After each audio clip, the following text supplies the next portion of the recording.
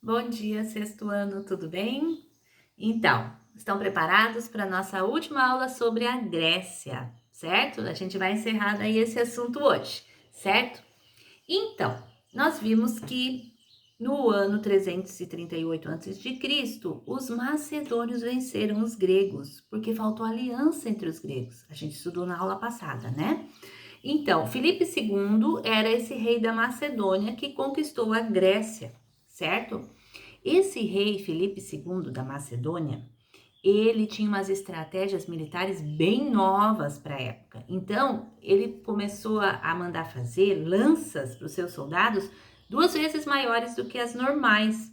E aí ele mandava colocar os soldados com a lança enorme assim para frente e atrás o outro grupo com as suas lanças entre aqueles da frente. Então ficava lanças assim formando para frente, para frente, para trás, como se fosse um ouriço. E isso dava bastante vitória nas batalhas. Era uma estratégia nova militar. Muito bem.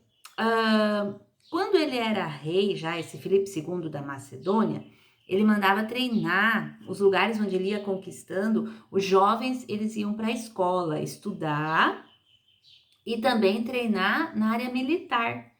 Então, os melhores, os que se davam melhor, tanto na educação quanto na área militar, eram escolhidos para fazerem parte do exército macedônico, tá? Eles iam para o exército e formaram realmente o maior exército da Europa, tá?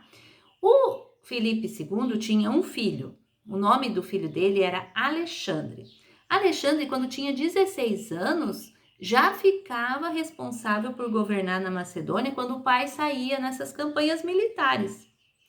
E quando o pai estava na guerra, o filho já com 16 anos governava ali na Macedônia.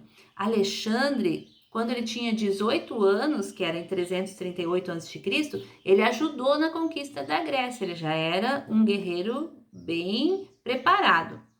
Quando a Grécia então foi vencida, o rei da Macedônia, Filipe II, organizou a comunidade grega, dizendo que todos os gregos tinham que viver direitinho, junto uns com os outros, e que o domínio, o governo geral, seria da Macedônia. Acontece que no ano de 336 a.C., apenas 2 anos depois de conquistar a Grécia, Filipe II foi morto. E quem que vai assumir? O filho dele. O filho dele é o Alexandre, que já estava acostumado no governo, e também Alexandre era um ótimo militar. Alexandre assumiu o governo da Macedônia, aquele grande império, com apenas 20 anos. E ele continuou a tornar o império cada vez maior. Veja bem, o pai dele já tinha dominado várias regiões, né? Ele dominou mais regiões ainda.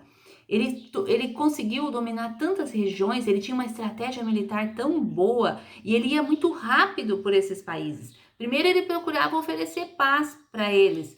Se eles não queriam, daí ia na guerra, mas se não, ele só fazia com que eles se tornassem parte do grande Império Macedônico.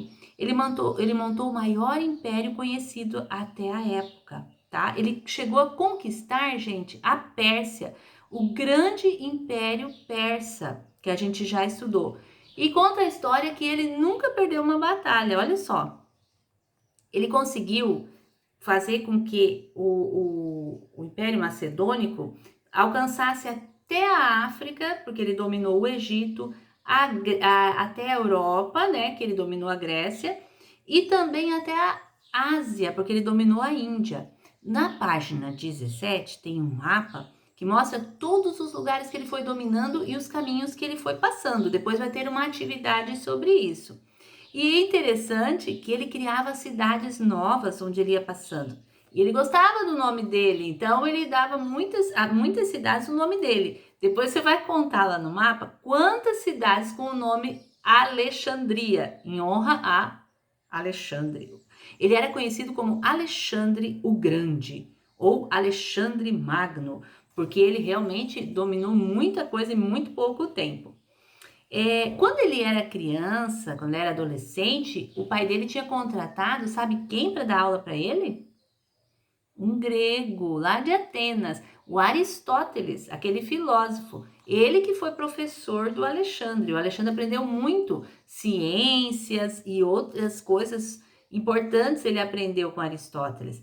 Então, ele considerava isso muito importante.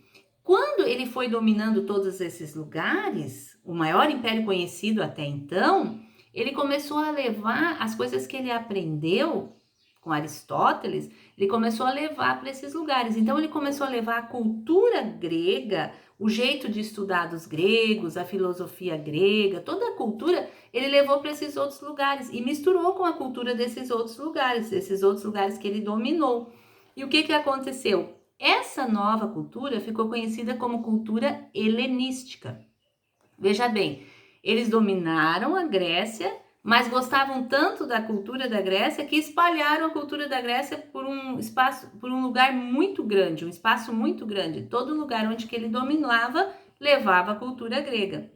Então, esse período, o último período da Grécia, é chamado como período helenístico, onde que a Grécia já estava dominada pela Macedônia, mas a cultura grega foi espalhada como nunca antes nesse período helenístico. Até hoje nós temos, até no Brasil nós temos influência dos gregos a partir de tudo isso que aconteceu, certo? Tanto que a língua grega, ela ficou sendo tipo o inglês da época, sabe? Por causa justamente dessa difusão da cultura grega. Só que deixa eu dizer mais uma coisa legal aqui que eu anotei. As ciências cresceram muito e ele, olha só, na cidade de Alexandria, lá no Egito, uma das cidades de Alexandria, ele mandou fazer uma biblioteca, gente. Essa biblioteca tinha 700 mil volumes de livros. Pensa que naquela época livro não era impresso. Naquela época livro era todo escrito à mão. 700 mil? Até hoje as bibliotecas das cidades, assim, não tem de longe isso aí. Eu lembro uma universidade onde eu fiz o mestrado, lá tinha 70 mil títulos. Agora aqui eram 700 mil volumes. Veja bem quanta coisa que tinha escrita ali, porque ele incentivou as ciências e incentivou a leitura, o estudo, tá? Só que Alexandre o Grande, ele acabou morrendo cedo, com 32 anos. Então, ele governou dos 20 aos 32, apenas 12 anos, mas conseguiu fazer o império crescer daquele jeito. E aí, o que acontece? Acontece que acabam que os seus generais é que vão dividir o reino. E, gente, isso é muito interessante, porque lá no livro de Daniel, na Bíblia, capítulo 8, já tinha uma profecia falando sobre ele. Não dizia o nome dele, mas já falava sobre ele. Olha só, na profecia de Daniel, capítulo 8, fala da queda da Pérsia, porque ali tem uma profecia que fala de um carneiro de 2 chifres. E lembra que a Pérsia era Medo-Pérsia, né? Os braços de prata da estátua de Nabucodonosor. E aí ele é vencido por um bode bravo que vem e tal. E esse bode representa o Alexandre o Grande. E depois diz que nascem 4 chifres. Eram os 4 generais dele que assumiram depois dele. Assumiram o poder e acabaram dividindo esse grande império. Daí esse império não ficou mais um império só, governado por uma pessoa só. Certo? Então, a aula de hoje a gente viu o último período da Grécia, onde a Grécia está dominada pela Macedônia, mas que a sua cultura é espalhada por toda parte daquele mundo conhecido do império que Alexandre o Grande formou, certo?